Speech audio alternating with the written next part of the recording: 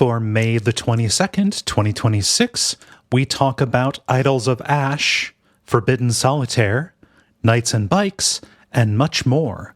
Welcome to level 586.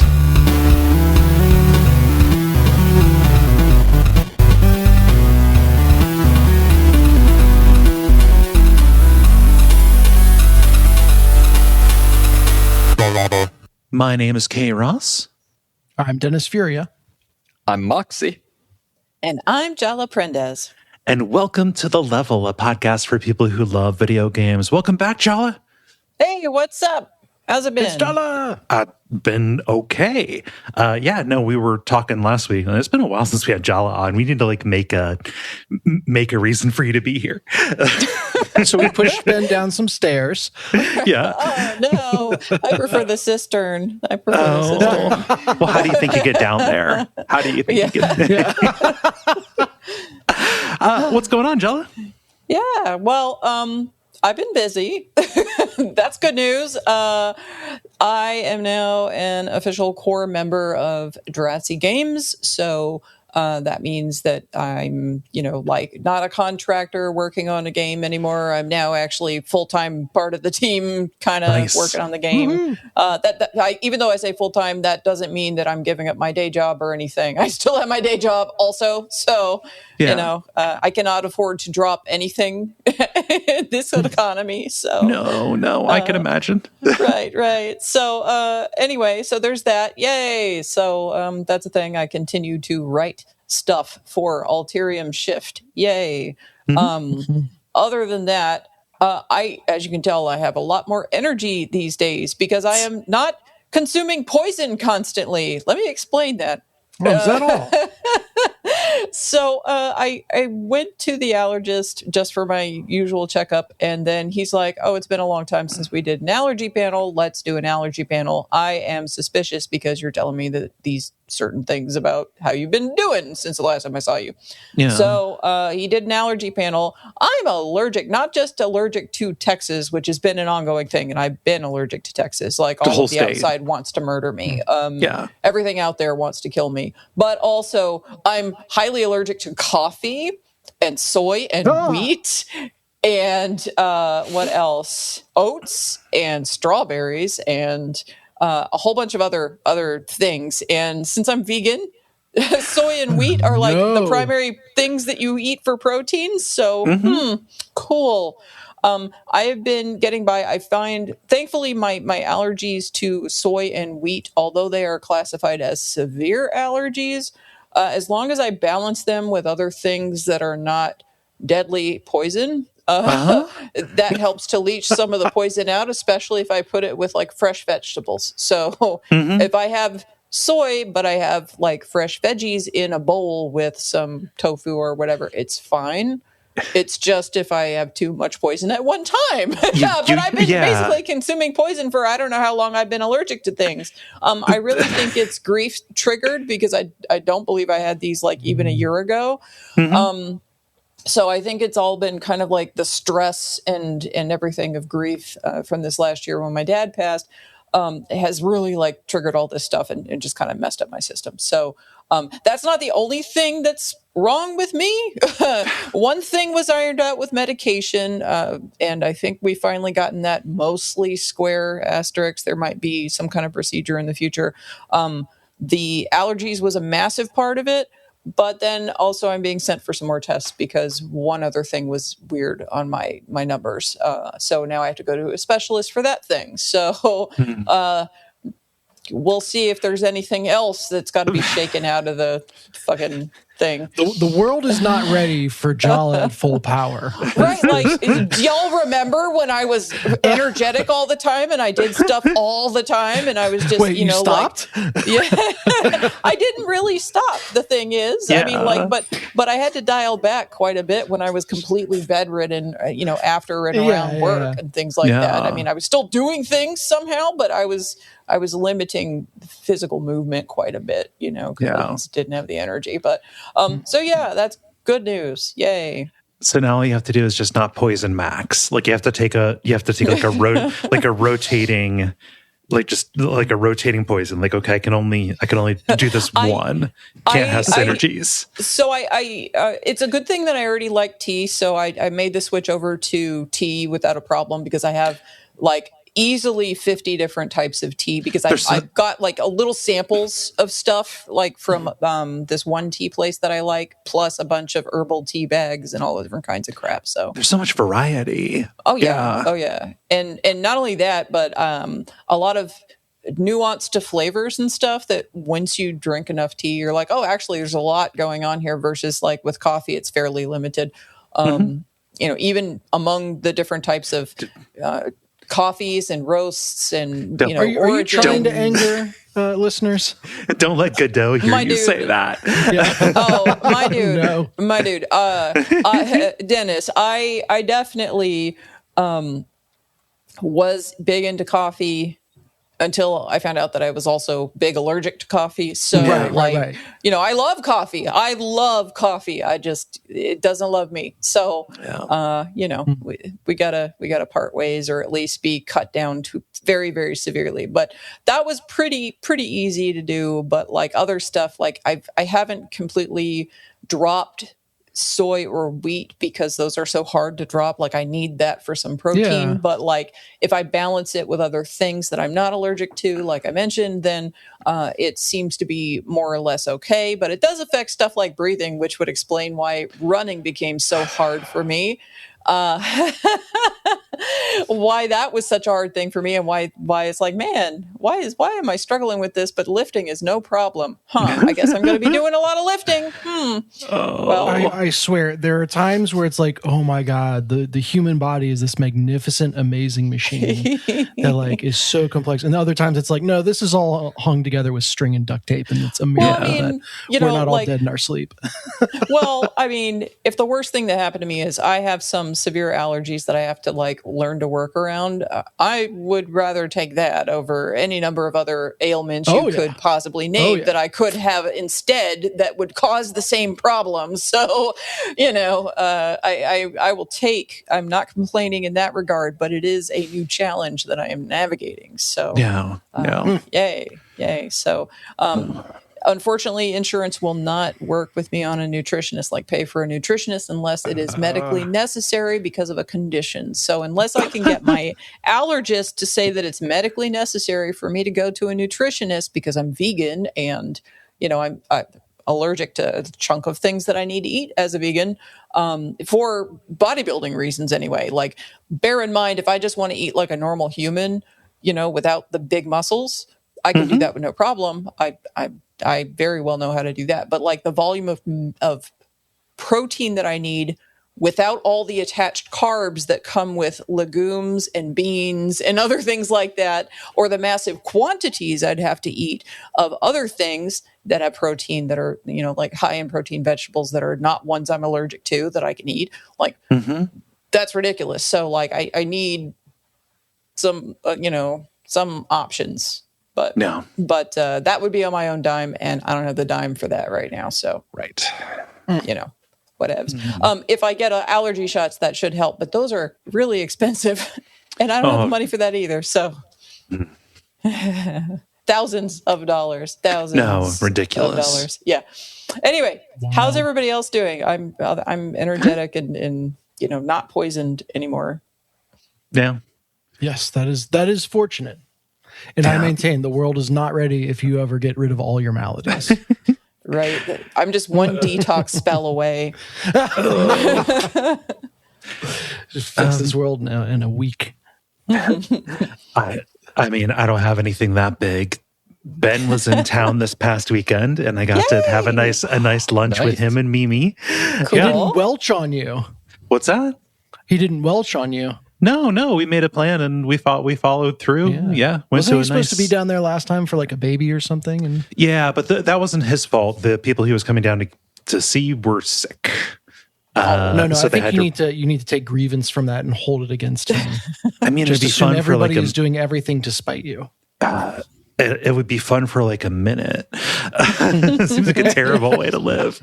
No, but cool. He's in town. Yeah, he was in town this past weekend, and that was nice. Went to a Filipino place. Cool. For like a brunch, which was very tasty. It was funny though. I don't have any like despair associated with this realization, but we're sitting there. Actually, I noticed this even before they showed up.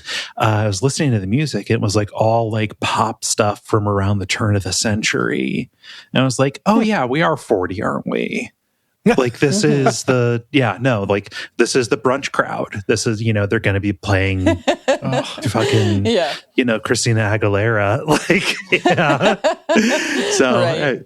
I didn't like, spiral off and say, oh no, I'm so old, blah, blah, blah. But it was just really funny to say like, oh yeah, I know. I put that together. Yeah. Suddenly we're the ones being catered to. I do brush my teeth with a bottle of Jack and take my meds. And Is that Kesha? Yep. Okay. All right. Yeah. That's all I had was a nice visit. Moxie, how about you?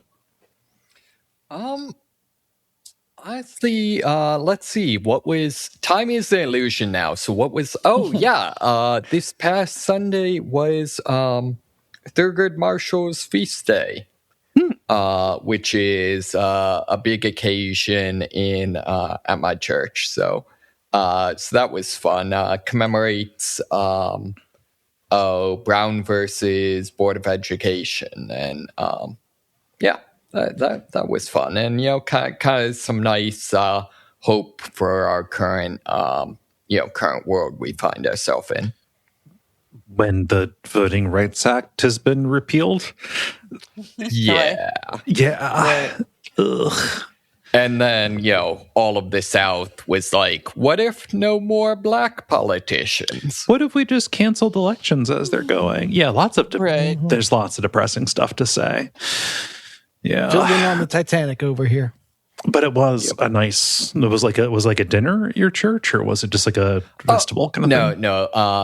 No, it's just it's kind of complicated this year because normally we'll have someone in to speak. So like last year, it was one of his I forget what they're called when like a law student, one of his clerks. Okay. But this year they're not going to be able to do it till later in the month. So technically this time it was just kind of, general celebration, kind of that sort of thing. But then later in the month, we're going to actually have a speaker come in. Okay, cool. Nice. Do you know what they're going to talk about? I do not. I was not involved with that particular planning. Okay. Maybe another sidekick. I mean, clerk.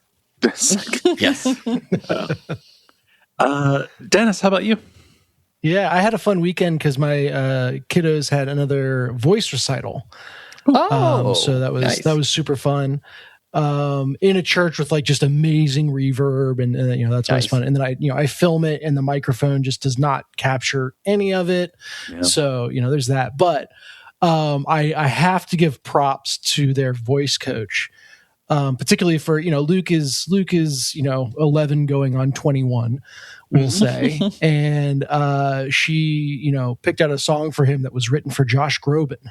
Okay, it's like, oh, okay, we're going there, and he was really like, he's been working on it for a couple months now. Mm-hmm. Really struggling at the beginning to dig down to the low notes, Okay, and I was like, I don't know if this is the right choice, but he was into it, and she was like, trust. And lo and behold, 3 months later, his voice has dropped enough that he was able to crush the low notes. And so I just, sitting there in awe of like, oh man, like to have this like slotted for him and lead the target, as it were, through puberty is quite amazing. What did that instructor know? Yeah, right. she had it dialed in. She had it picked out well, and he did a great job with it. So that was fun. We continued the trend though of like Luke always takes like the super. It was Dust and Ashes from I think it's the Great Comet of 1914 or something like that. Okay. And it's a super dramatic, bombastic, real angsty song. And Luke always takes that, and then Milo performs Cheese Touch from Diary of a Wimpy Kid, like the Broadway production. So it's we always have like the happy silly contrasted with the angsty, and that is very fun. But yeah, so I'm excited as we're rolling into summer. This is the last week of school. And I'm like, I'm making our summer schedules and everything. I have quote unquote band practice every day in the basement that I rigged up. So I'm looking forward to that, especially after watching the recital. Nice. Awesome. Yeah. No, it's so cool that they're doing that, because like I remember, I just know how much I got out of doing choir stuff, doing solo, solo things like that. Never so many like pop songs or anything, but I don't know. Cool. Well, and just to cool be up on a stage and exactly. Like there are so many angles to it that have value. So it was a fun weekend on that front. Cool. Well, I think we should talk about some video games. And to do that, we ought to, do the regular kind of show with the grind, the multiplayer, and the end boss. And why don't we get started with the grind? The grind, where we talk about the games we have been playing over the last period of time or so. Jala, since you've been away the longest, I will go to you first. Sure. So I've got 4 different things, some of which I don't need to talk a whole lot about. So we'll get into it. The first one is Bookbound. This is not a kind of game I normally play. This is the shop simulator you streamed, right? This is the cozy bookshop sim. Yes. Cozy bookshop sim, not my thing. I don't do cozy. I don't do books like any sim games. No sim games. But at the same time, this one hit a specific niche because I used to manage a bookstore for years. So one, and then I will say I was also tempted by the video store simulator where you play a video store employee, because I did also manage a video store at one point. And I told Dave, and he was horrified. He's like, because he also managed a video store at one point in time in his past. So he's like, oh no, I am not going to go back to that job. No. Not even for nostalgia's sake. Yeah. Yeah, I know. For me, I was like, oh, that'd be kind of fun. Like that one might maybe be kind of fun, but like it has to hit like very specific niche, memories that are far enough back to be rosy, Yeah. For me. I at least have very positive, like to me, like the video story is basically, back when taste was a thing instead of just like fire hosing you down with Netflix, specials. There was a lot of stuff on that shelf that you're not remembering. Oh yeah, but there was also but there's also good stuff. Yeah. Right. Yeah. Well, when it's on a shelf, you can go past it. When it is foisted upon you continuously by an algorithm that has decided you will watch this. That is a distinction. Sure. Algorithmic. Yeah. Yeah, and I have to say too, like ever since I've been going shopping for vinyl, like it's been so fun because you don't have like stores that have CDs or tapes or anything anymore. The only place you can have that kind of an experience for that is really like a vinyl store. So I have like way too many vinyl that I picked up for like ridiculously cheap because I was like, the cover's cool. That's a very weird name of a band. I'm gonna pick that up. I don't know what's going on with this song, but I'm digging whatever the hell the title of this is, that kind of thing. So anyway, circling back to the game though. So Bookbound, it's pixel art style, very small game developed and published in 2025 by Bit66. It's like a single person project. Yeah. So you basically have your store, which starts out real small, and then a small little section of the street outside your store, and then a little bit of a park like a tiny little park across the street from your store that you can wander around in. And that's as much as you get of the town, surrounding town. You have a lot of passersby. There's some people that are regulars that just kind of hang out in the area that, live nearby or whatever, that are always hanging around when you go out there, and you can talk to them, and they all have stories, and you can kind of follow the narrative of whatever's going on with them. And I need to tell you one of them because I'm sure you'll laugh at this. So one of the guys is a guy who writes on contract for different places, but then he dreams of publishing a novel, and instead he ends up getting hired by a video game company to write for a video game. And then he's sitting there having conflicts because he's like, oh man, but I want to write my own thing. And this is, different, somebody else's creation and somebody else's world that they made and whatever. But then he chills out and gets into it. And then he enjoys himself. And then eventually he pitches an idea to the head of the company or whatever, and then ends up having the company agree to do a game that he wants to do for his, he can head a project or something by the end of his whole arc or whatever. But there were some striking similarities in some of the stuff at the beginning of this entire thing that I started stating. And when I was showing Dave, because he was watching me play this, he was just like, do they have a camera in the house? What's going on? So yeah. Anyway, so different mechanics about the game. Of course, you can build stuff. You have a limited amount of money at first. You basically have some books and no furniture in the place when you start. And you just have to pray somebody buys a book. It's so that you can maybe buy a shelf to put up, that kind of thing. But you can go. So at first, you have to ring people up manually and give them their change and stuff like that. But after you can save up money and get an self-checkout. And then when you do that, you can leave the building and then go advertise. And you basically have a megaphone, and you have a little mini game that you do to see if you get the person's attention. It's so funny to have a barker on the street side. Books.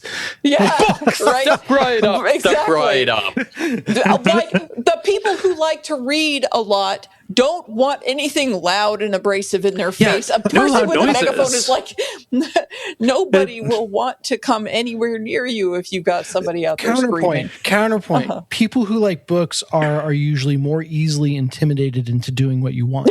Yeah. So it's like when Homer got a marketing idea for the bowling alley, and he was just went outside and shot a shotgun. It was the only people who showed up were cops, and very few of them bowled. That's funny. But so there's a mini game where basically because all the little mini games in here are very simple. We're not talking difficult stuff. This is cozy chill out game. So basically you have to keep a little rising and falling arrow or whatever within the green range, and you do this by mashing a button. But the trick is that if you get the attention of 3 or 4 people at the same time, you have to hit all the buttons at the same time as each other and try to balance 4 different ones at the same time, which that can be a little bit tricky. But even if you fail, you can still do another call and then try again, basically. So it's not like a impactful fail state or anything like that. Yeah. But as you go through the game, there's a narrative with this animate talking book, which is your tutorial guy. And he has a story, he has his own narrative that you learn about as you go through the game. Of course he has a story. He's a book. Yes. But so he ends up doing some different things, popping up every once in a while, and then ending up interacting with some of the other characters that you see hanging out outside.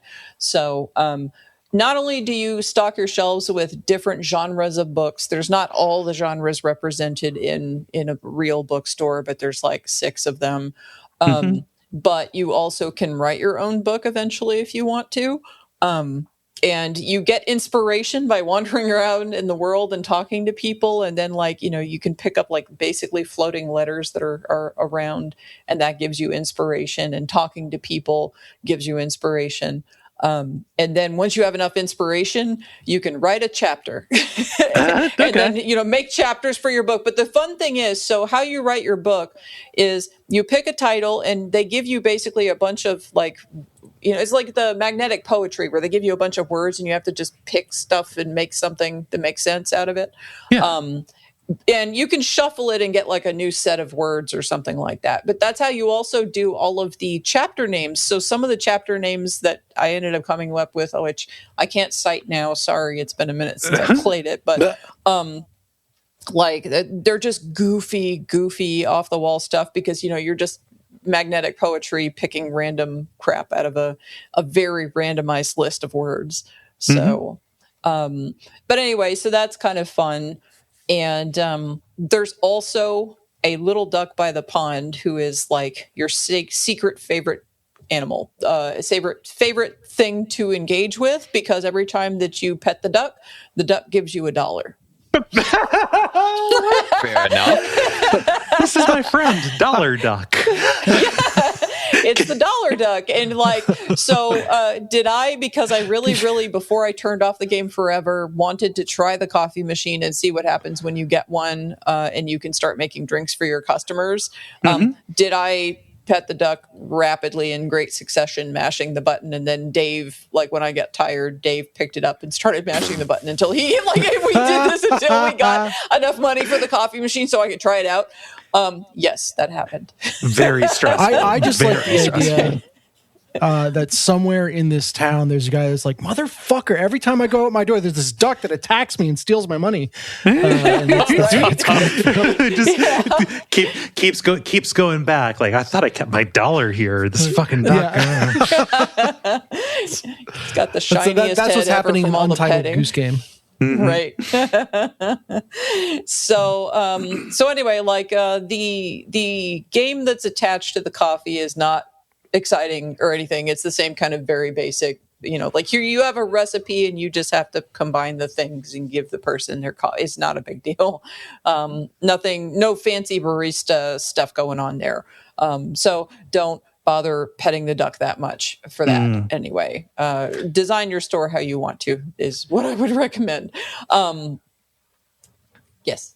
Were there, I was going to ask some questions about how realistic the simulation was. Did customers ever come in and ask for a book that doesn't exist, but be very insistent that it does exist? No, that did not happen, but they did ask for stuff that I didn't have in stock in the store and that I didn't even have access to order. So it's kind of the same effect. There also were lots of people who came in and looked around at a bunch of stuff, asked for things, didn't buy anything, left books everywhere, and left trash everywhere too. That's very realistic in that respect for sure. Yeah, that was something that came up in the chat, I remember, when I watched this, which was, you have not worked retail until you've picked up a diaper. Oh no! Yeah. Right. See, if this is a good simulator like Roller Coaster Tycoon, you'll be able to just make a little drowning pool to drop them in. Oh Lord!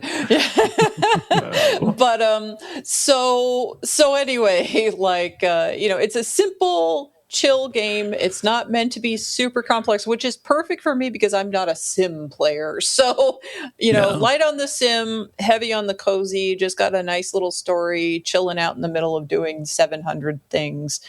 Sounds nice. So, that's what I did. And I streamed a little bit of it, but then I played more on my own and I did a total of 9-ish hours or something. And I saw everything there was to see that I could see in the game. So, you can get a Roomba eventually that'll run around and whisk up all the trash for you. You can get direction signs so people stop asking you where things are and things like that. So then you're not needed as much because it's more automated and, other stuff. You have more time to things for you. To go outside and scream at people about books. Yes. Read my mind. Right. So anyway, it was well worth my money because I think it's $7 regular price or something. It's not expensive. It's a cute little game. It's svelte and easy. It's not something that's going to take all your brain power to maneuver and design everything. It's not that kind of a game. So, it fit in the pocket of where I needed it when I needed it. So cool. Nice. Bookbound. Yeah, bookbound. Next one is a prototype of a game, so I don't have a whole lot to say about this. Lurking, which is a first-person survival horror game set in an apartment building that is infested with giant spiders.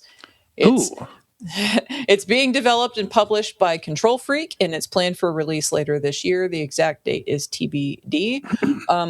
I picked up the prototype. I saw it on Itch. I picked it up and I streamed it, played a little bit of it.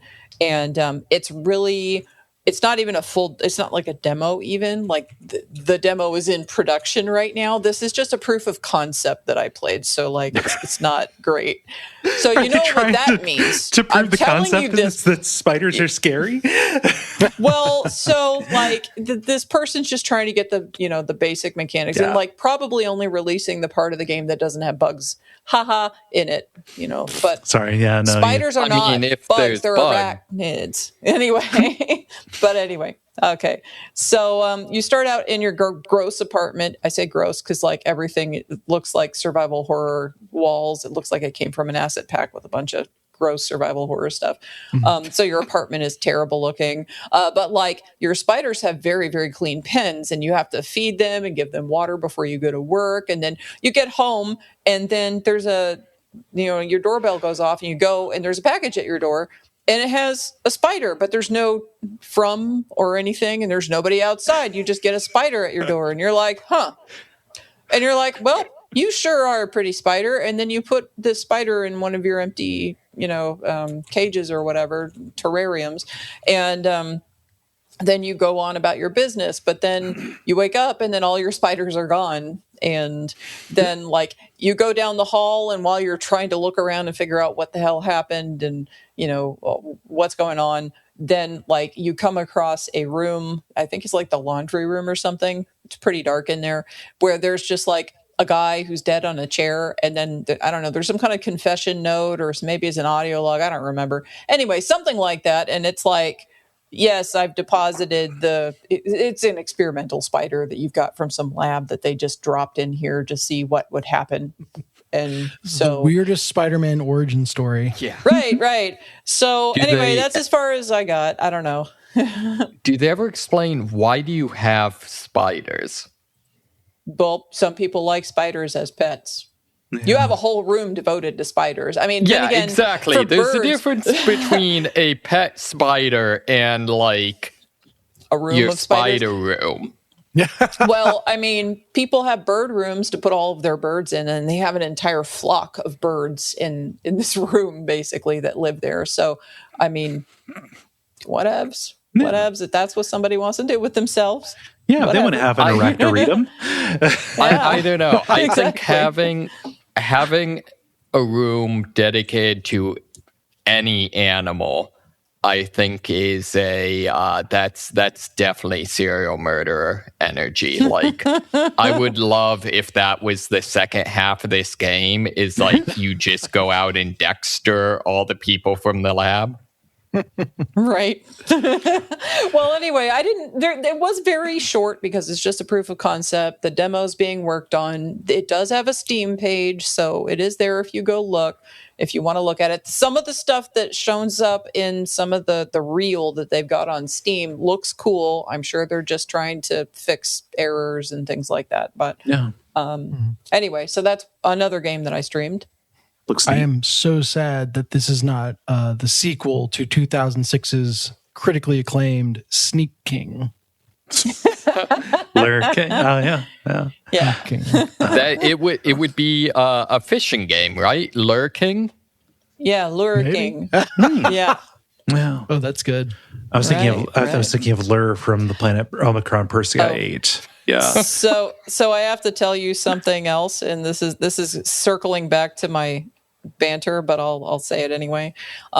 In the course of writing for Alterium Shift, Shaboy's been forced to write a lot of dad jokes. Oh no! I am now literally sitting in front of a screen every morning, working on the game in Unity, doing stuff, and having to come up with terrible, terrible puns. Ooh, so you know that I may no longer be susceptible to your attacks, is what I'm telling you. I am growing in strength. you know that You figured out your allergies, and you've developed immunity to dad jokes. This is bad. Well, Go ahead, you know Moxie. that the government has like a federal dad joke repository, right? Okay, what? I'm waiting for the dad joke. I'm sorry, that wasn't a joke. That was waiting. actually No. There's I just dropped in chat. That wasn't a joke. There's fatherhood.gov. Huh. Oh wow. Oh no, it does have a dad jokes page. Oh no. Yeah. All right. Oh wow. Okay. Fantastic. This is also secretly my like barometer for like as long as this still exists, I don't believe that Doge is actually doing anything to like you know what I mean? Like, this is my barometer of like I mean, you decided that, AIDS, support was unimportant, but apparently dad jokes are an important government role. Yeah, well, taking that down wouldn't hurt the blacks or the queers, so why would they touch it? Right. I said that like it's a joke, but no, that's actually what their mission was. Yeah. This whole thing is just it's not a joke segment. Well, let me slide back into talking about games. I got two more. So, Idols of Ash, this is one that I streamed along with Lurking. So, if you look for that archive on my YouTube or whatever, the two games are smashed together. I liked this one overall a lot better than Lurking, but Lurking was a prototype. So, like, I am still interested in playing the demo of that when that's polished up. Anyway, Idols of Ash, really liked it, and I bought it because it came out already. I played the demo, and yes, it's now live on Steam, has been there for about a month now, and it has overwhelmingly positive reviews. So it's a first-person horror climbing game where you're hunted by a giant centipede. This was why it was like, bugs. I have a bug stream. We're just going to have games about bugs, horror games about bugs. And that's my stream for this time. And as you might imagine, not very many people showed up to that. But anyway, so yeah, you have a giant centipede that's following you down as you rappel into this ancient ruin that you apparently have some kind of like vestigial memories of in your brain. And so at different points where you get to your checkpoints and things, instead of like a bonfire, you have a gigantic urn thing full of ashes and smoke and incense. And like as you go and you activate it, the incense kind of overwhelms you and clouds your vision. And then you have like some text that gives you like a memory, like a snippet of your memories. And then you see like some ghostly outlines of figures as they move around it. Like you see bits of a memory that's retained there at that site. And anyway, so you have like a drive to go down into this thing for narrative reasons, and you're just going down into this forever deep hole with this massive centipede following after you, and it will eat you. It's very hard to rappel down with a giant centipede chasing you and also read chat. Yeah. So even though there weren't very many people there, at the same time, there were enough people for me to be like, distracted. This is difficult, and I'm dying a lot. So, I'll play this for a little bit, but then I'll set it down for now. I will play it again, but I'm not going to stream it because I'm not good enough to do that at this point. I'm just learning how to play. It's developed and published by Leafy Games. And it's a cool little game. By the end of streaming it for like, I don't know how long I was on that one, 45 minutes or so, maybe an hour, because it was a demo. It's not like the whole thing. Anyway, like I had a good time with it. I was starting to feel like, I'm learning how to do it, and I have more confidence. And you've got a grappling hook. Yeah. Because you're rappelling down. So, yeah. I want to play this. It's not expensive. I think it's like $3 or something. Yeah. No, I would like to play this. I probably will. I would recommend it. So, any questions about Idols of Ash? I'm glad somebody else caught on to centipedes being a very scary bug. Right.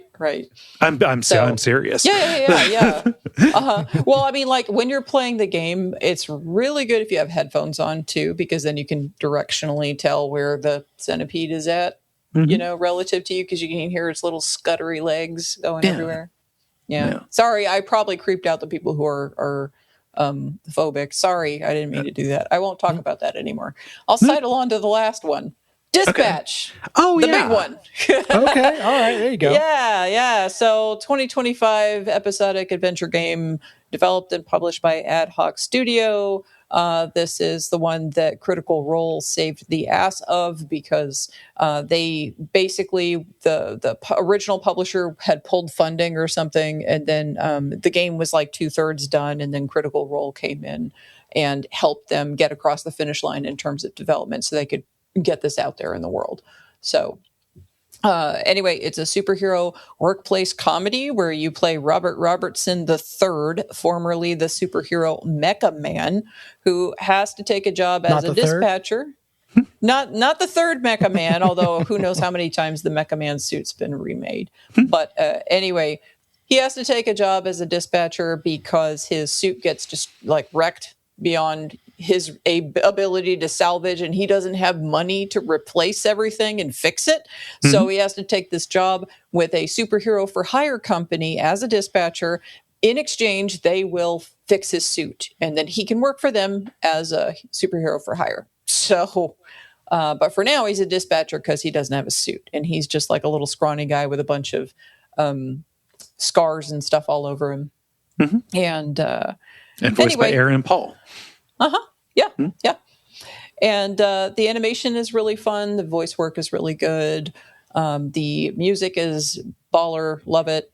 But overall, I really would have enjoyed this more if it was an animated series rather than this presentation, because all of the gameplay stuff feels super arbitrary. Any choices that you make, there's like two major choices that you have, three major choices that you have in this game. Everything else is just kind of flavor. And not only that, but like, because they are working within a constrained budget and it's all animated and voiced, they don't have options for everything. So you can tell a lot of times when you are done with a choice, it funnels into a generic response thing where it could work for either one of the two choices.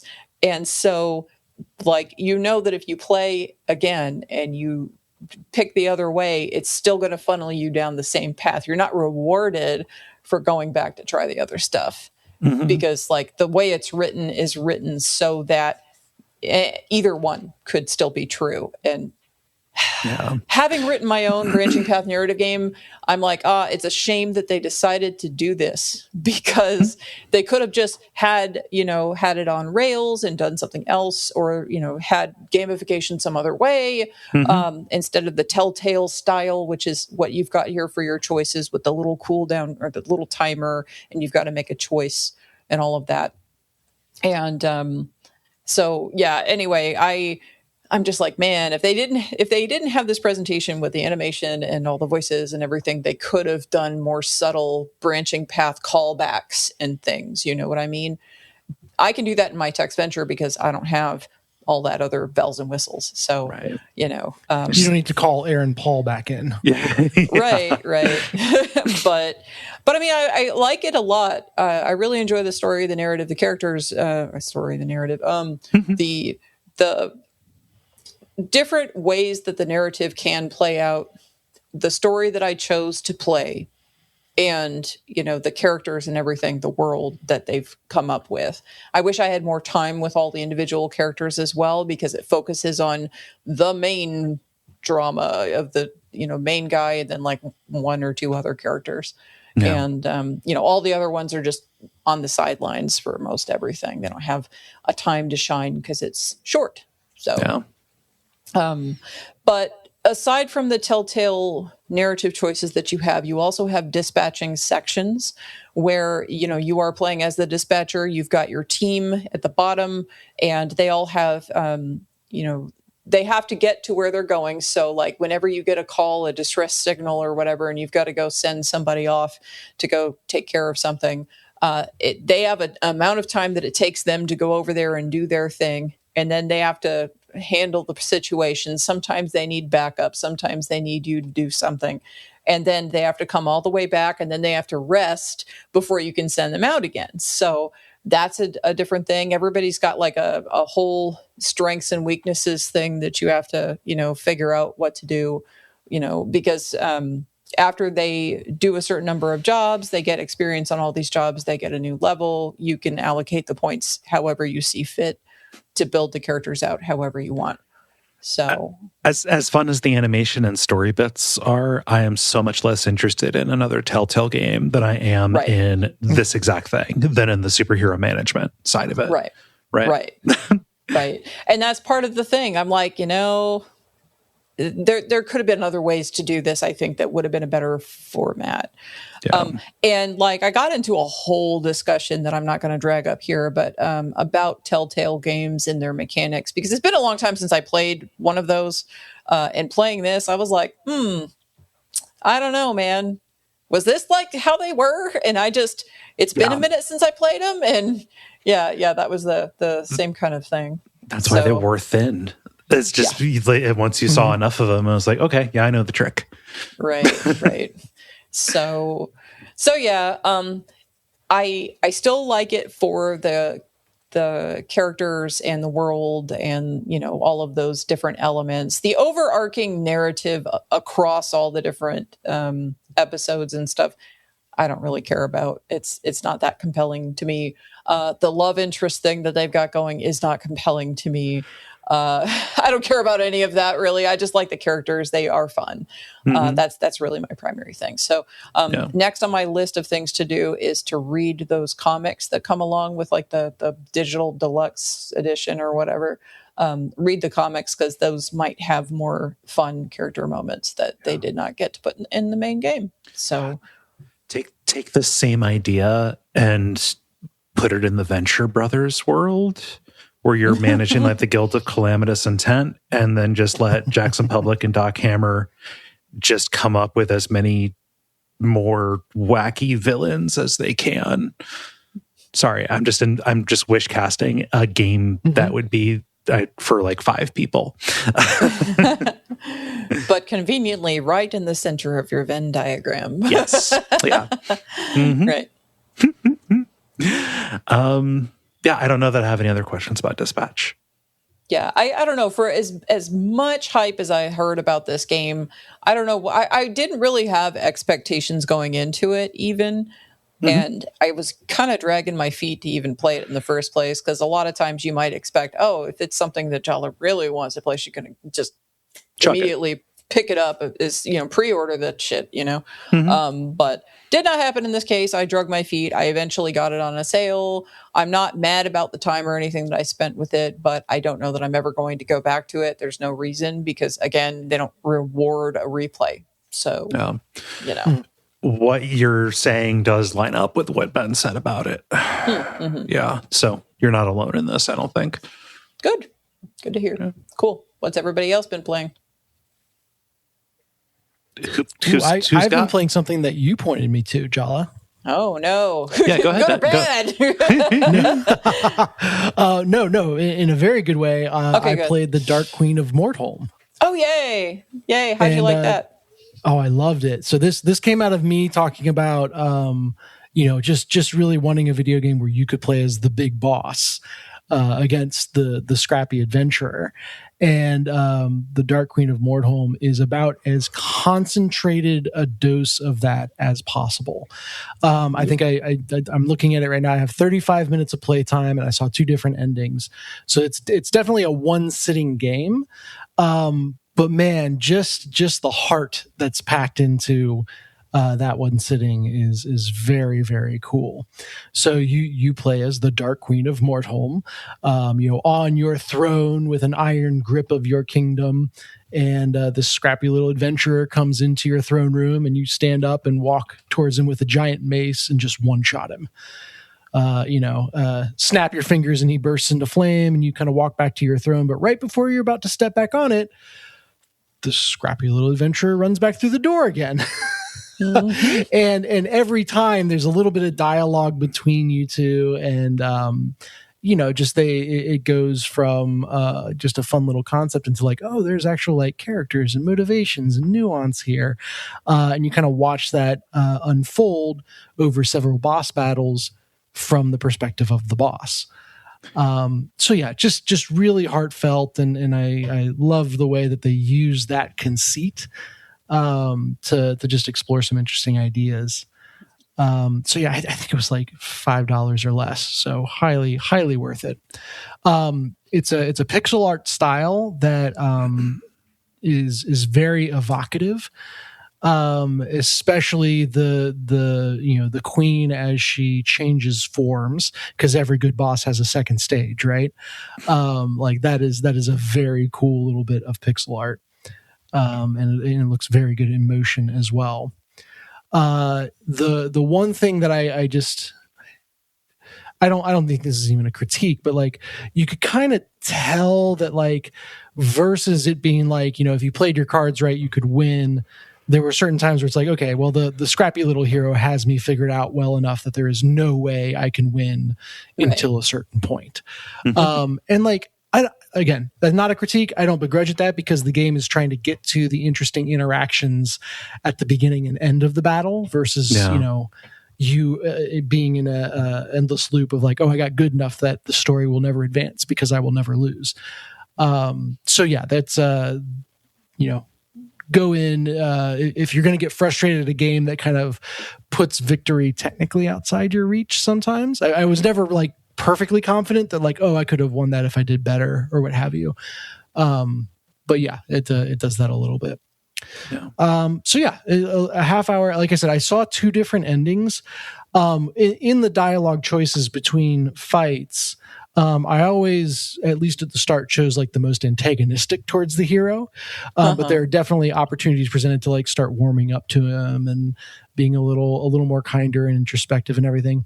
So I don't know if there are more endings than the two that I've seen. Because the second ending I did was like, what if I just refuse to fight? They have an ending for that. But I think if I'm not sure if you choose kind of more friendly dialogue options, if there's another way. I picked friendly dialogue options. that was what I did. So, I think the kind of end course is going to be the same regardless, probably. But like the text, like the conclusions that are drawn or whatever at the end of the game probably are just going to be the difference there. I would assume.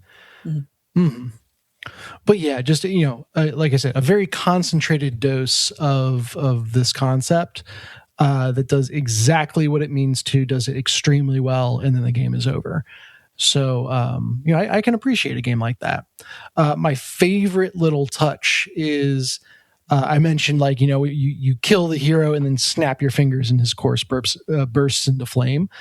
That animation will change over the course of your interactions in just some ways that had me like, oh, that's it's very good. So Dark Queen of Mortholme, check it out.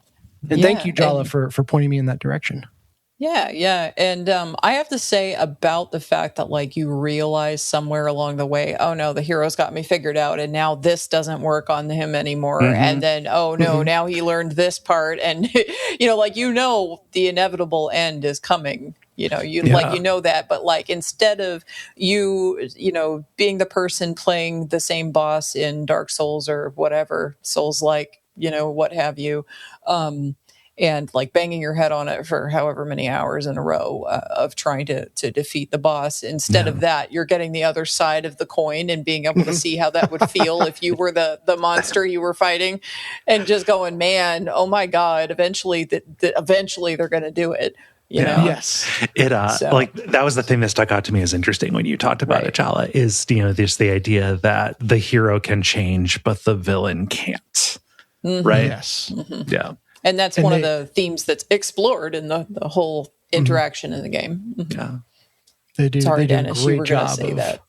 Yep. No, and they just do a great job of not just like, putting that theme on the table, but like really using the game nature of the game to help you experience that. So, yeah. I got one other game that I've been playing, if there's no other questions, on the Dark Queen of Mortholme. None here. Cool. It is a little game called Knights and Bikes. I feel like I've heard of this. You finally got around to this. Yes. It came out in 2019. It is a little like co-op brawler, I guess, is the genre that this is in. But it's made by people that worked on like Little Big Planet and Ratchet and Clank. So first things first, the art design on this game is incredible. Okay. And what's the RPG or the tabletop RPG, Kids on Bikes, is one that I had looked into and found very interesting. This is basically like a video game equivalent of that. Okay. No relation, though. No relation. But like, you are the main characters are two kids on this like remote island town that just, are cruising around their bikes and exploring and having fun. And the co-op mechanics all stem from that. One has a frisbee that like she throws and then it comes back to her, and I'm like, that should have been a boomerang. Why is that not a boomerang? Just say it. No, it's the Zagari she does when you charge it up. Like the whole thing is a extended Xenia reference. From through in the chakram. Yeah. So it has to be circular. That's funny. Interesting. Cool. Again, to like the art direction and the thought behind this game is great. So that's Nessa, and then the other girl is Demelza, and she stomps around in her rain boots and splashes puddles on people and summons worms and all that stuff. So it's two very different personalities. But then you can also have those moves combo with each other. So if Nessa throws her frisbee, then Demelza can kick it, and it goes kind of in a different direction. Mm-hmm. And so you're brawling through. There's some kind of there's a legend on the island about knights that buried a treasure there. It's told via putt-putt course in the first level of the game, which is adorable. Why not? Okay. And then, Demelza lives on the island, and her dad is going through some hard times of some sort. You're learning about what that's going on. Nessa is visiting the island, but also seems to like, not really be with anyone and kind of on her own, a vagrant. So just very intriguing characters. But Luke and Milo read, I think it was the book version of the game. So I think the game came first, and then they turned it into a graphic novel. Oh, cool. Okay. And Luke and Milo read this. And then in the back of the book, it's like, and check out the game. And they were like, we have to get this. Of course. So they got it. And I got to watch them secondhand play through the game in bits and pieces. But then Barrett was like, I want to play this game. And he's finally to the age where he can actually do it. Yeah. And he had watched his older brothers play through. Mm-hmm. And so he's like, Dad, you play this with me. So I've started playing it through with him. It's such an amusing experience where, because he watched his older brothers play it, he knows everything about what to do and is very didactic in terms of, Dad, over here, Dad, do this. But also does not have the mechanical competency to execute what is in his head oftentimes. Yeah. So classic middle management going on right here. Sick burn on your 5-year-old? But no, it's been a joy to play through, and yeah, just the heart of the story, the kids riding around their bikes. It's got the Goonies vibes to it in some really fun ways. So we're playing on PS4. It's on Steam. It's it's in a lot of different places, and was very heavily awarded when it came out. So it's it's not hard to find, and definitely glad that I did not miss it permanently. Sounds like you played it in kind of the ideal way. Yeah. Nice. So that's what I've been playing is kind of these smaller, very heartfelt games, which I'm enjoying. Nice. Cool. Moxie, how about you? So I kind of had a bit of adventure on this one. So a couple days ago, a arcade game appeared on the National War Memorial. Unfortunately, earlier this week, I got up early to go out to the mall to play it before people were up, and unfortunately, it had already been taken down, which was sad. No. But the game is available online. Yeah, so Operation Epic Furious or something like that. Yep, Operation Epic Furious, Strait, spelled Strait, straight to hell. This is like a little art installation. It's by the same people who put up the golden statue of Trump and Jeffrey Epstein shaking hands. Yeah, exactly. And the game itself is a RPG maker game, I believe. It at least very much has that aesthetic and that sort of thing. Where you play as Donald Trump, who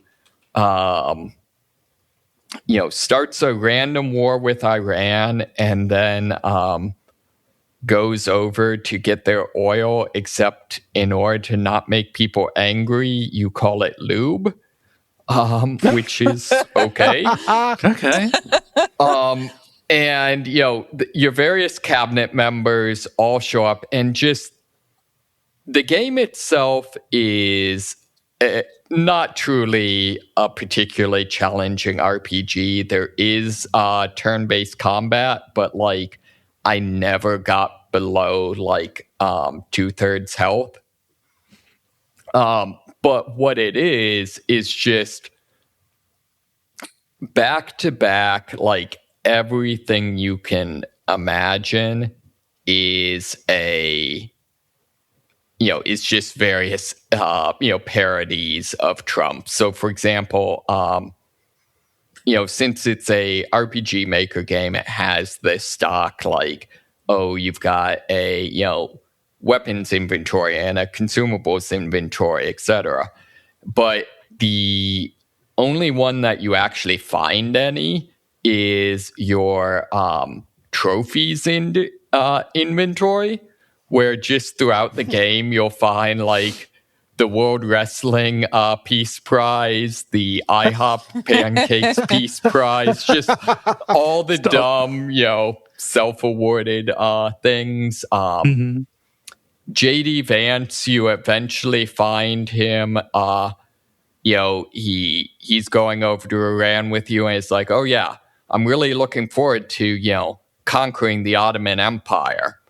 And so you, find him strongly implied being intimate with an Ottoman. Oh, okay. like the couch's friend. Yeah. Yep. And so that's just the whole thing is basically that. Just tons of jokes. You meet Centaur Vladimir Putin for no real reason. The speaker portrait for Kash Patel is very funny. Oh yeah, the super wide eyes. Yeah, just that whole thing. Yeah. I mean, it's good. This whole thing is going to be outdated and not very funny in three weeks. yeah. Which I mean, but it's not meant to have a shelf life. Yeah, right. One thing I really love is when you start up the game, you have the you walk around the White House talking to people, and you can talk to Melania, and your options are either to ask her about the Epstein files or ask her to hold your hand. Okay. If you choose ask her to hold your hand, it's an instant game over. Yeah. The thing I want to see is there is a mechanic where you can go and throw the Epstein files, in the incinerator. Mm-hmm. But that takes the form of you throw a file in the incinerator. It says 74,932 files remaining, and so one is just a really funny way to like point out how extensive that is. Mm-hmm. But also, I feel like someone's got to eventually like go through and literally do it until there's none left. And I wonder if they put anything in. That would be super easy to make like a clicker or like some kind of like macro program that would do that on the home version of it. Yeah. Yep. Yeah. A tremendously missed opportunity if it just like crashes at the end of it. Like, oh, we didn't expect you to. Right. Exactly. Yeah. But yeah. So just this is more of the change we need to see in the world. Like, I have to fight my urge to cringe at it just because of how plugged in and online I am about this stuff. I was like, oh, this must, I have to imagine there's a world in which this worked on somebody, in order to, that the satire was pointed and had a purpose and it affected them. Otherwise, this kind of thing can make me feel a huge amount of despair. Yeah, I mean, I think a lot of it is like, my understanding from history is like usually one of the best strategies against fascism is just to mock them until they get angry and do something dumb. No, I just feel like that hasn't worked. But this is not the place to litigate whether or not it eventually will. Yeah, it is it not working that has led me to some amount of despair around things like this. No, I can definitely understand that. Yeah, but it's impossible to say that the effort was not worth it, and obviously the thing is loaded with jokes and stuff. So like it was made with care and not for any money, Yeah, if nothing else, it gave us those amazing photos of the National Guard playing the game. Right. Oh, I never saw those. That's good. Yeah, I was gonna say like that would be what's worth it. Yeah. If nothing else. Well, especially because like I initially thought like I realized it was a satire, but like I assumed it was like some sort of like not Wolf Operation Wolf or some sort of action-y game, but no, like it's not an entertaining game, but like the entertainment is in the politics. Yeah, well, it's a text to be consumed, right? It might as well be like a comic. Yeah. Right, exactly. And so I especially like that because like there's not even the excuse of like being a National Guard person guarding literally the most heavily patrolled place in America is probably super boring. Yeah, no, I was going to say, it's not like they have anything better to do. Right. Yeah. Yeah. Yeah, I was wondering if you would go out and try and find it. It sucks that you were not able to see the actual thing because that would have been fun to see the cabinet. But yeah. Oh, yeah. Yeah. Nice. Did you have anything else? So I've continued playing Dead is Disco. I'm definitely getting better with it. I'm to the point where like I can be I say the first boss, but you can do the bosses in any order. But beat the first boss on normal difficulty. I do still think they maybe need kind of a in-between normal difficulty, because it's very much like when I was first starting playing, I would get like a third of the way through normal and then would like never lose more than like 1 health on easy. Yeah. But yeah. I mean, that's honestly like I kind of alluded to in the past. So that's not really why you're here. It's not. Well, that's not fair. I'm sure there'll be people that will get really into like the score attack things, and I don't know. I would love to see. I guess there's not a good games done quick. Is there like a good games done for high scores or something? I don't know. I don't know if there's a score attack thing or not, but yeah. But anyways, but yeah, it's continued to be fun. I'm not sure I have anything too like super insightful about it, yet. Mm-hmm. Still looks neat. Yeah. Yeah. The vibes are immaculate. Yeah. Yeah, I'm having difficulty. So like I streamed the rest of Forbidden Solitaire. That's not the difficulty. I don't have a lot to say about it just because I feel like I hit most of what I was going to say last episode, kind of laying out the basics and some of the bigger gimmicks and things. I really enjoyed it. It went on a little bit longer than I think it had to, just because like they're the combat missions, they're the little combat puzzles where you're kind of trading blows with another creature, and those are kind of like the climactic climactic moments. And then there are the ones that are like you are doing something in the world, kind of puzzles, trying to cut through vines or pick a lock or something like that. And that's where like the stealth stuff comes in as well. Those are all cool. I feel like there are too many like you are exploring the hallways missions, which are just kind of filler in between all of that. It's already like a 6-7 hour game, so I don't know that I wanted to. That's a lot of game. Yeah. I don't necessarily want to say like, oh, it should be so much less than this, but it's like, it did feel like they padded it to a certain degree. It's not like any of it was, less fun. It's just that, I don't know. If they had kept it to here are the encounters where there are new ideas, right. I think that would have been preferable to me as opposed to, trying to make it hit a runtime. Right. Right. Oh, this again. Yeah. Yes. Yeah. Yeah. Giving players the agency to decide how much they want to run back, old ideas is always preferable. It strikes me like that's the nice thing about board games is you kind of always have the agency to fudge forward a little bit if you're getting bored. Yeah. Whereas just unless you very intentionally design that into a video game, it can be hard for a player to raise their hand and say like, okay, got it, next, please. It's also something where you can just kind of like see like, oh, there might be a reason to do more of these if you wanted to like grind for money, because there's like a little store you can get where you can buy gems that are literally just like just put it in the back of the hand. It's all crody.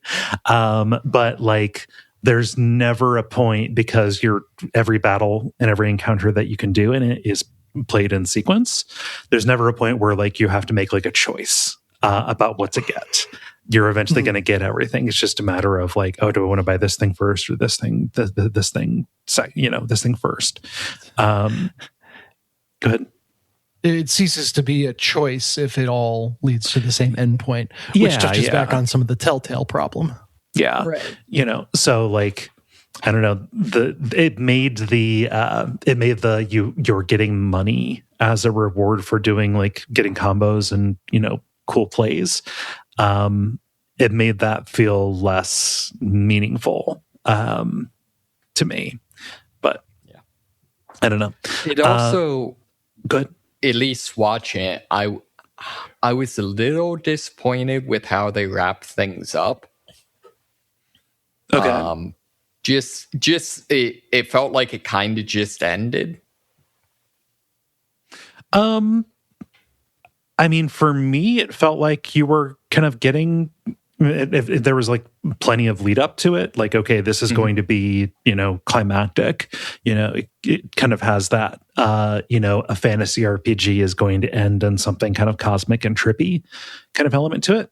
I didn't feel that way when I played it about the just ending. Like there are multiple endings you can get in it depending on what you decide to do, but like there's a certain amount of like ending Tron 3000, where I could just like, I could say the good ending or the bad ending right now. There may have been some things like, if you collected all of these, hidden dealies, maybe you would unlock something different. I don't know, but like it's still really neat. And go ahead.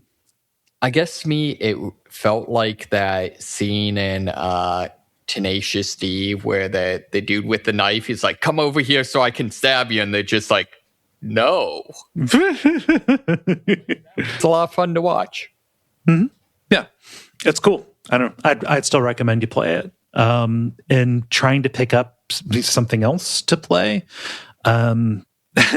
Like the two things that I want to play most. So I want to play more Marathon, but we have the season reset coming up. So I'm unsure. We're in the what's the point window. Yeah, a little bit. Like the new stuff coming up for the new season looks neat. Like a more of an emphasis on PvE, trying to find ways to get players to be a little bit more cooperative, make it less kind of cutthroat. All that stuff seems cool, but it's like that's coming at the 28th, and it's still unclear what is going to be kept and what won't. And then huge game is out, Forza 6. Like I just keep on searching Microsoft BDS. Have they called off the boycott so I can play this fucking great racing game? It's like, oh no. I want to so bad. Just somebody morally absolve me, please. Has it been cracked yet? It had been cracked and put out, but it there was something where it was causing like hardware level bans or something. They were cracking down on it quite a bit, and like the online play on that is. Even if you find a way to play it without giving them money, you're still feeding into the still data talking collection, about it, etc.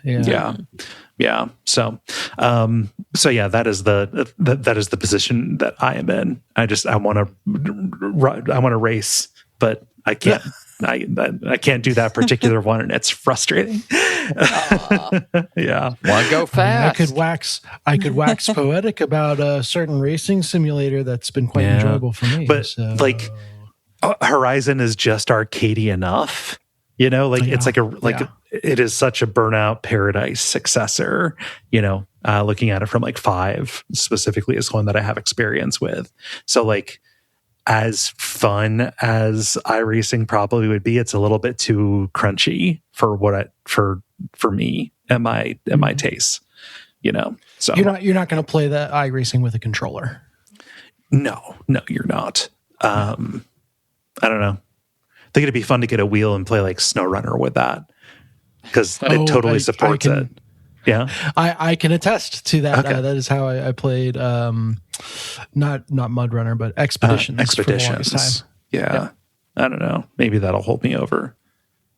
Anyway, So that's what I've got. Is Forbidden Solitaire, and then frustrating reasons I can't play the games I want to play.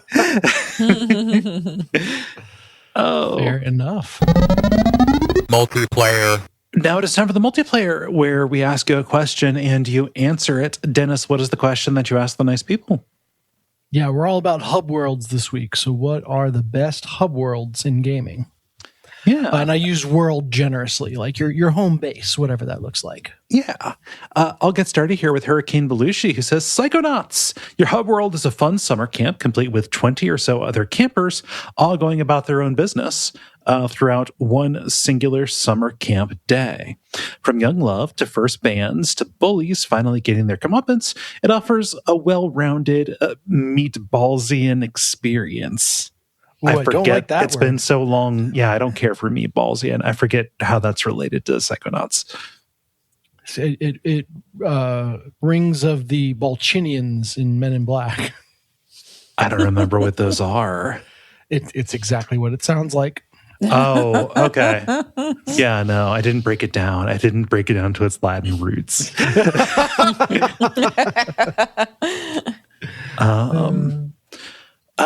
Let's see here. Moxie, what does Callum say? Callum says the Normandy in any of the Mass Effect trilogy. The Normandy's good. Yeah, that's one of them that like I hear it and I'm like, oh, it's so obvious, you know? Mm-hmm. Yeah. Although going back and playing it, it's just kind of like, man, I wish that I could just select the dialogues from the menu as opposed to running back to that part of the ship again. Yeah. Let's see. Keck just kind of makes a quip. Bonus points are coming up with a non-Souls answer. Sorry. That is the prototype example. Yes. So Jala, what does Pickle Factory say?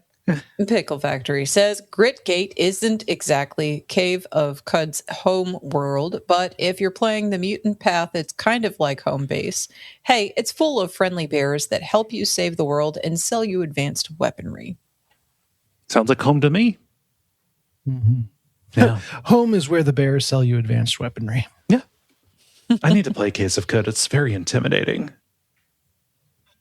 I don't had the recognize case it at made all. to me. I've had the case made to me multiple times, I believe, at this point. Yeah. It's in the wish list. It remains in the wish list, but the backlog and the wish list are both long. So I don't know when that will ever surface, but you'll know. But when I do,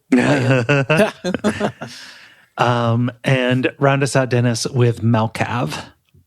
Yeah, they say the Suikoden games, especially 2 and 4. Each of them has a home base you return to between adventures where the 108 star characters you accumulate throughout the game hang out as you recruit them. And while a lot of them are mostly there to be options for combat parties, there are also generally dozens of support characters that will begin offering various conveniences and amenities once they join you, eventually making your base an incredible collection of everything you might ever need from an RPG town. 2 is the best game with the best characters in base, but 4 does have an important innovation. Your base is a massive ship you sail around the world, so it comes with you. Oh, okay. 108 characters on a ship is a lot of characters on a ship. That's so many characters. And it's 108 in all of them. That's Suikoden's thing. Mm-hmm. Yeah. Is this is there like Buddhist themes to the game or? Yeah. Okay. I mean, that's where it gets the 108 number. I don't know. I don't know strictly how Buddhist it is, but yeah, it's got its own like fantasy world and everything. Okay, fair enough. Yeah. I just like the idea of like, oh yeah, you got to recruit so and so because they bring the coffee maker. I'm going to go ahead and say, just get Majula out of the way. Because Majula is very good. That's the Dark Souls 2 hub. Not just because of the seaside vibes, but I think you assemble the best crew of little fuck-ups there. It's really hard to fuck with Majula. But to do something I was about to say something not predictable. This is as predictable as anything. The apartment from Silent Hill 4.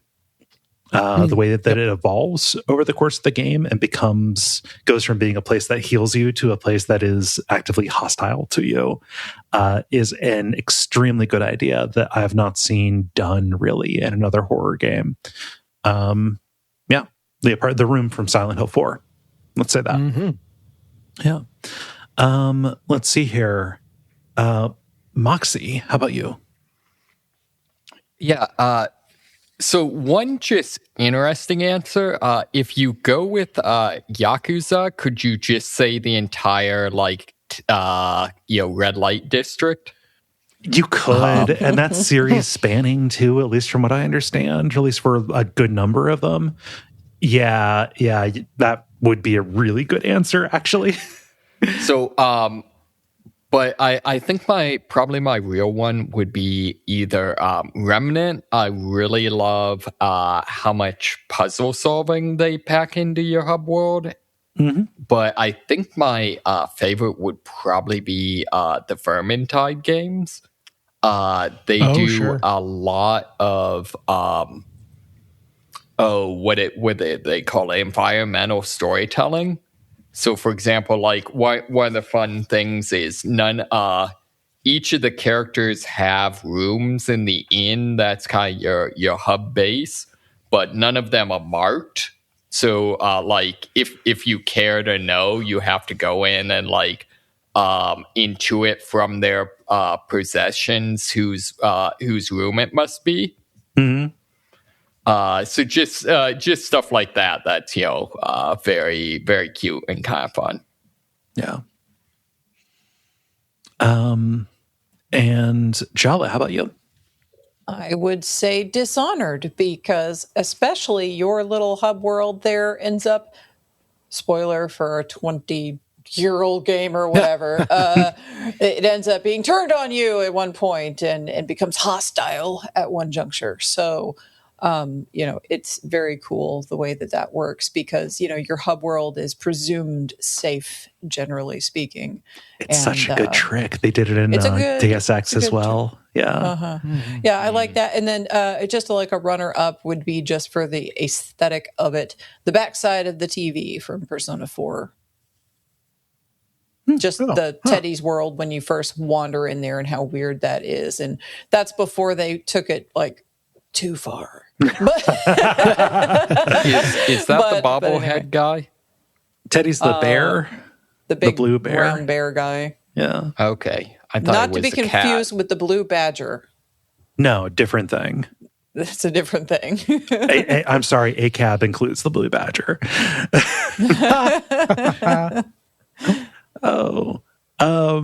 And Dennis, how about you? Yeah, I'm going to go way back and say the home base in Ape Escape. Purely for the fact that you can just take a left turn and go into an arcade and just play arcade games all day without ever getting to the main game. Yeah. I cannot tell you how many hours I spent skiing in Ape Escape. The game within a game kind of conceit is always kind of fun, at least if the game inside the game is halfway decent. Yeah. So. Yeah. Good answers. Thank you, Dennis, for posting this. Thanks, everybody, for responding. If you would like to participate, follow us on Blue Sky, thelevelpodcast.bsky.social, and watch for the prompts to go up on Monday afternoons. The end boss. Now it is time for the Unbossed, where we talk about what's happening in the world of video games around us and how we feel about it. Let's start with you, Moxie. What's going on with Steam? Yeah, so Steam is revising their tags. This is something they've done a number of times, especially in the past, but it's since been, I think 2 or 3 years since they've last done this. I didn't know that there was an official list of tags that was, like, sanctioned by them. Yeah, it used to be back in when we were still allowed to have fun. You could just tag things wherever you want, and there was a tag, a heavily populated tag that was just Nano Machine Son. Yeah. Stuff like that. But yeah, then at some point they switched to having very specific, but somehow completely useless tags. Mm-hmm. But yeah, they're removing a bunch of them. A number of them I'm actually surprised a little bit were in there to begin with. So for example, like there was a Warhammer 40K tag and a Dungeons and Dragons tag. And I'm kind of surprised that they, went that detailed to begin with. There are a lot of games that cover those that are by different developers and stuff. So, like, unless there is like a collection hub for those, I don't know what could replace that. Same thing with like the Lego games. Your tags to be genres instead of IPs. Yes, like that makes no sense. And until a genre falls so far out of favor that you remove the tag for it. Like they're getting rid of Roguevania, which is not anything anybody has ever called anything. But like that was a thing for a while, your Dead Cells and your Rogue Legacy and stuff. And now that's not it's just funny to like get rid of the category in general. This was a mistake. I mean, I would like to point out that it's clearly just a coincidence that they're removing the Illuminati tag. What the fuck was that tag used for? The only thing I could think of is like the Deus Ex games, like conspiracy theory games, Secret World, things like that, maybe. Yeah. I don't know. I don't know.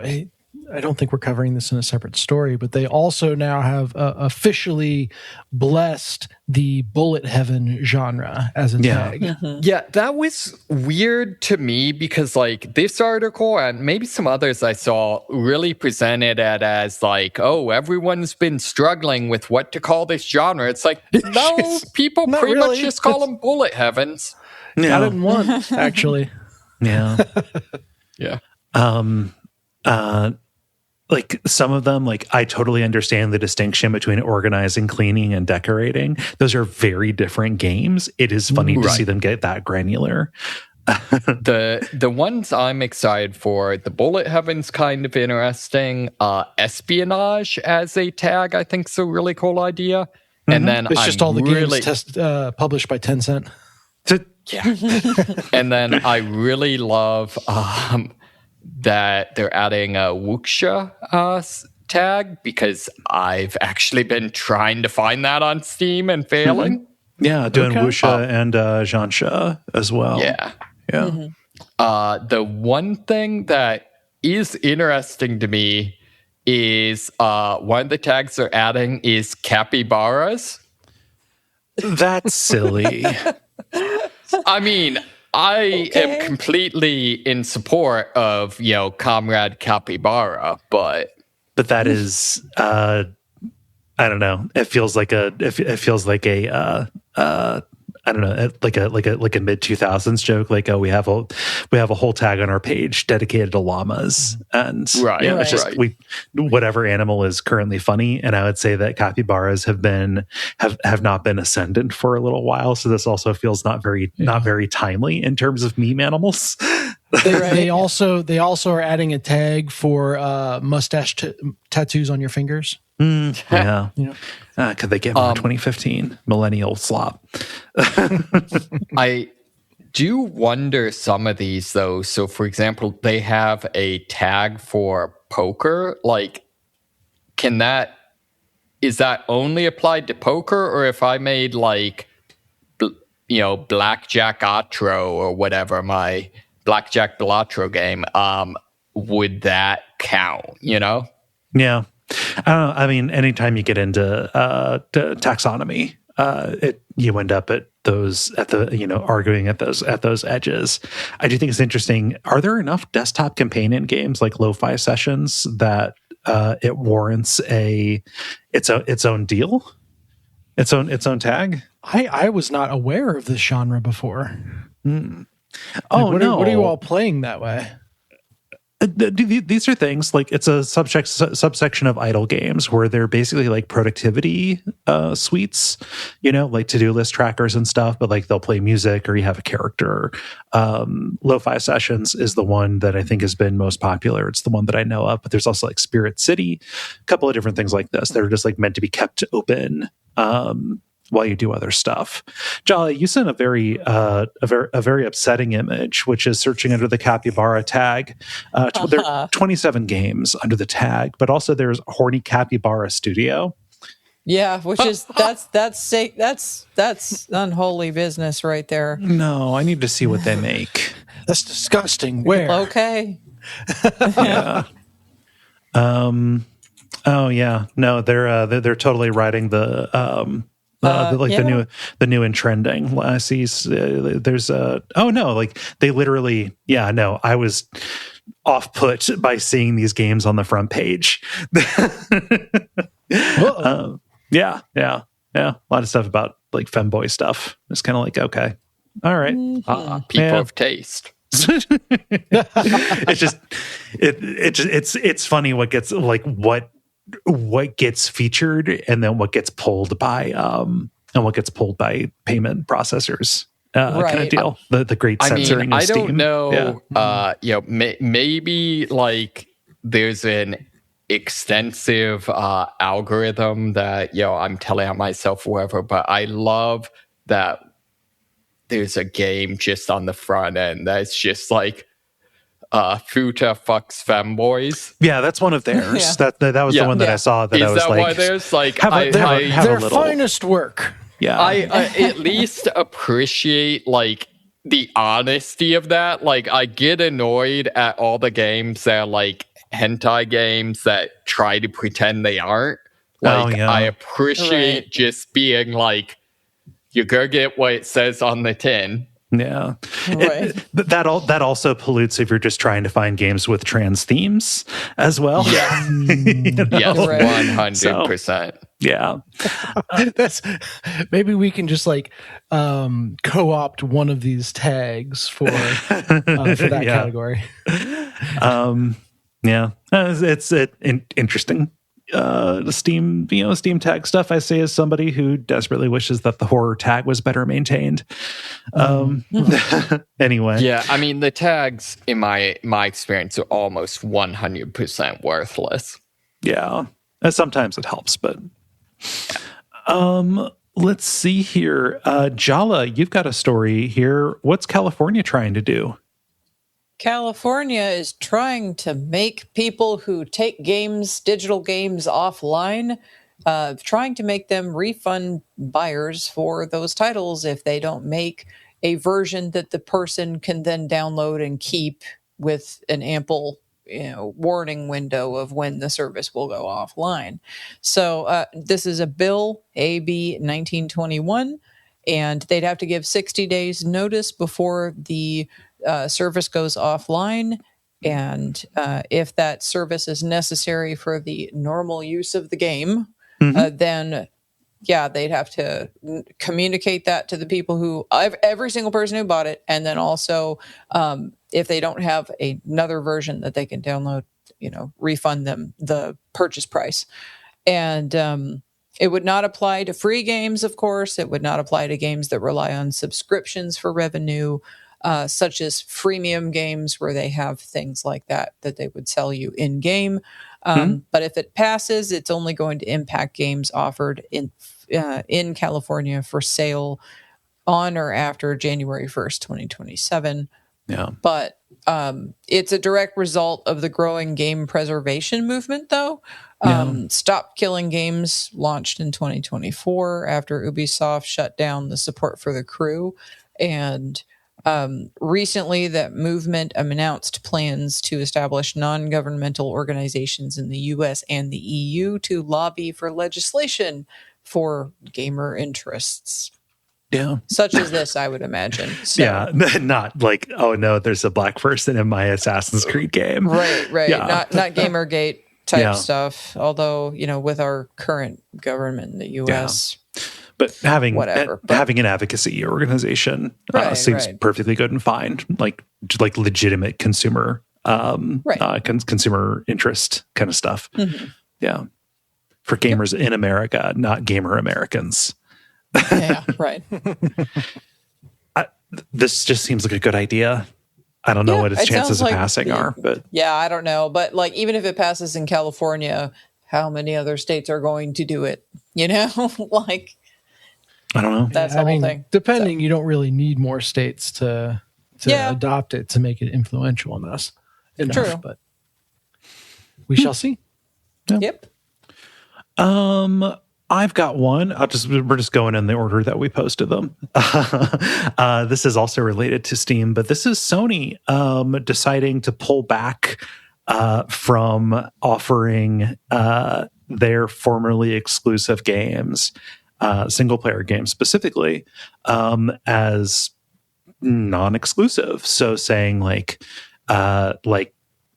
right before Wolverine is going to come out, the Marvel's Wolverine, saying, yeah, no, that's never going to be on Steam later. You have to buy our increasingly expensive and increasingly marginally useful box in order to play this game that you want to play. Yeah, this is now a $600 game. Suck it. Yeah, well, if you're lucky, a $600 game. Yeah, right. No. And, this just makes me think all that I have used my PlayStation 5 for in the past year has been to to watch the special features on Better Call Saul Blu-rays. Oh, no. That's it. Yeah, it's real. I don't know. This sucks. I think you should. I think that there's no good reason not to put these things on PC. I have to imagine, and unless you are trying to justify the existence of your, again, increasingly expensive and marginally useful box. Like, if this was about the games, then yeah. I mean, they'll keep it this way until they sell enough more PS5s, and then they'll say, oh, we have a great idea. We should make this available on PC. Like, I don't think for a second they will actually stick to their guns on this. They probably won't, but currently they're saying, like, yeah, no, like right before we put out these games that people are going to want to play. Nope, never going to see Saros on PC. You're never going to see Wolverine on PC. Just you're done. See, I think this is not to, preach to the choir, but this is why we need antitrust. Like, there should be no way that manufacturers should also be able to be publishers, because it creates, anti-competitive decisions like this. Yeah. Yeah, not going to argue. I mean, especially once they have made the decision to put these out, and to me it seems pretty successful. I don't have their numbers, but like, I don't know, I have to imagine more people are playing the games now that more people can play the games. Seems to follow. Why you wouldn't be solving for that, there can't be a good reason. There can't be a good reason that is not solving for more people to buy and play your games. Oh well. And Dennis, round us out with a very funny trend in this Dads and Grads season. Yes, just a little dose of Schadenfreude. So the former Google CEO, Eric Schmidt, was invited to give the address, the graduation address to Arizona State University, and decided it was a great time to just glaze himself and AI. And thought that was going to go over well. And it is quite joyous to see just how poorly it goes over. And he gets loudly booed at basically every statement he makes. Such nuggets as like, we're entering a world where if you have an idea, you can assemble a team of AI agents to accomplish the things you couldn't do on your own. It's like, talking to a stadium full of people that graduating into a job market that you personally ruined, Eric Schmidt. Yes, exactly. Another one of like, we can't see all the contours of how AI is going to affect the workplace, but we're running full tilt towards it anyway. And just like, I don't know, the shit-eating grin on his face says that he has enough money, and probably got enough money from, giving this address alone to not give a shit at all. Yeah. But just to hear an entire stadium of graduates united in like, this guy's a piece of shit and does not deserve to go unchallenged in these horribly out of touch statements he's making is very encouraging. Yeah. So, whether this is just a bunch of college students that want to shout boo and then, submit to the system for the rest of their lives, or if this is the beginning of people actually like saying, I'm mad as hell and I'm not going to take it anymore, we shall see. But for at least a brief moment, someone rich and powerful was not able to avoid the fact that they are pieces of shit, and people think of them that way. So, that's nice. You should boo Eric Schmidt just because he's Eric Schmidt, but like getting up, like he could act all smug if he wants to about like, oh no, we're going to cram this down your throats, whatever. But in that moment, people are united. You are, you're worthy of booing. And it's not just that. It's not just, Eric Schmidt at ASU. Like, the one that caught my attention was this video out of, this was like from last weekend, University of Central Florida. There's this woman, Gloria Caulfield, was her name, was some industry person who was, called back to give a commencement speech. And, she's had this line about like, oh, the rise of artificial intelligence is the next industrial revolution. and people booed her. Like the whole crowd was like, they booed her, and she was shocked. She was shocked that this was going to get. Do people not have phones? I mean, it also speaks to how isolated the boosters are, the people making the decisions to include this stuff, right? And she goes, whoops, what happened? I guess I struck a chord. Said, may I finish? And then she said, did people say, no, get the fuck out? Well, no. She said the next thing that she said was, only a few years ago, AI was not a factor in our lives. And then people applauded and cheered. Like, yeah! And she pretended not to understand. Like, we've got a bipolar topic here, I see. No, they booed AI and they cheered not AI.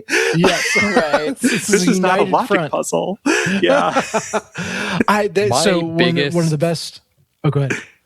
My biggest frustration in all of this is the people that don't understand.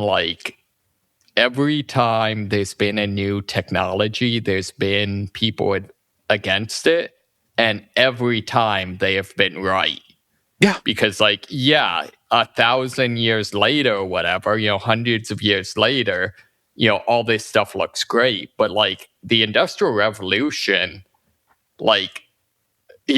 that's where you get Les Mis, it was not a good time to be alive. No, every new piece of technology promises, a life of focusing on the things that really matter, for the workers. When in reality, it's just a more, it's just a more sophisticated siphon to draw money up from people who actually make things to the, to the parasite investors, right? I mean, if you're a billionaire, that is what really matters. Yeah. No. At least they're being booed now. Yeah. Well, I mean, the most funny thing is that Microsoft, there's a number. They said, we're pulling back on putting Copilot into a bunch of stuff. Turns out that they put Copilot into fucking everything, across the entire Office suite, blah, blah, blah. And after that move, do you want to guess how much AI use, Copilot use went up? 3%. After that whole push, nobody fucking wants this, and I adore it. Yeah. Yep. Yeah. So, fuck Eric Schmidt. That trend can. Yeah. Fuck Eric Schmidt. Hopefully that trend continues. Yeah. Be nice. How does everybody feel about buttoning it up? Buttons. The credit. You know what to do to help out this show. You can leave a rating or review. You can tell your friends. You can support us on Patreon. All of that is good stuff. I stream on Friday and Saturday nights at twitch.tv/Duckfeed.tv. If you want to, see me play some of these games that I talk about. Yeah, that's all I can think of. Am I forgetting anything? On our side, anyway. Jala, what have you got going on? Let's see what was going on last. So, as for my episode that will be coming out probably same time as this episode, that'll be an interview with Rin West, the creator of Neon Pantheon, which is a queer disco space comic. It's an adventure story.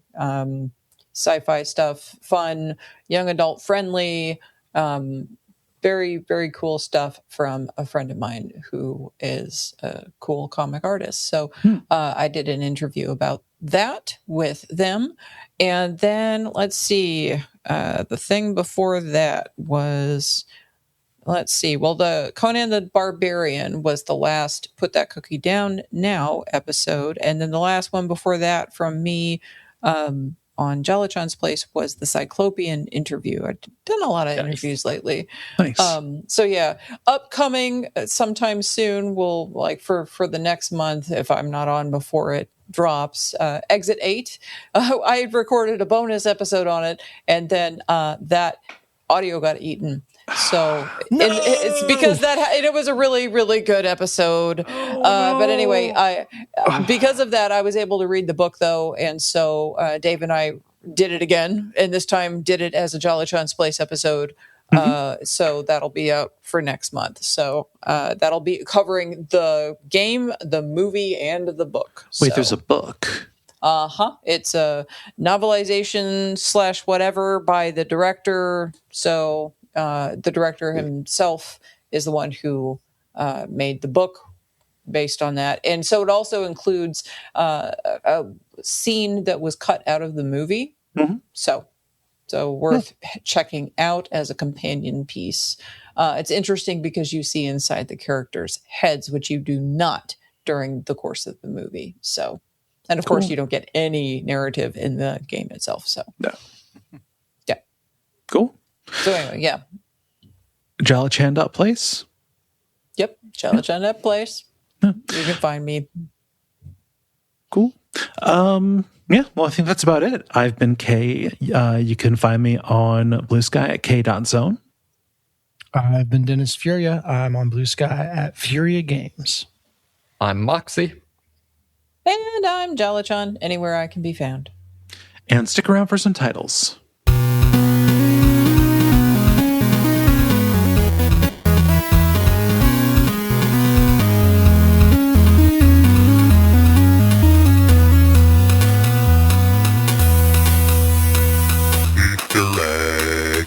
I got 4. Okay, I want to hear them. Okay. Arachnarium. What I said was arachnoridum. Something like that, but like an arboretum or something. But I was thinking like an aquarium or a terrarium. Yeah. Arachnarium's good. Yeah. Whatever. One of those. Lure King. Mm-hmm. The terrible dad joke that I made naturally and easily because I am now immune to dad jokes. You're in that mode. Yeah. Classic middle management. And then Latin roots. Okay. Let's see here. Dennis, what do you have? I've got 2. I have the This Is Not a Joke segment. And then I also have Home is Where the Bears Are.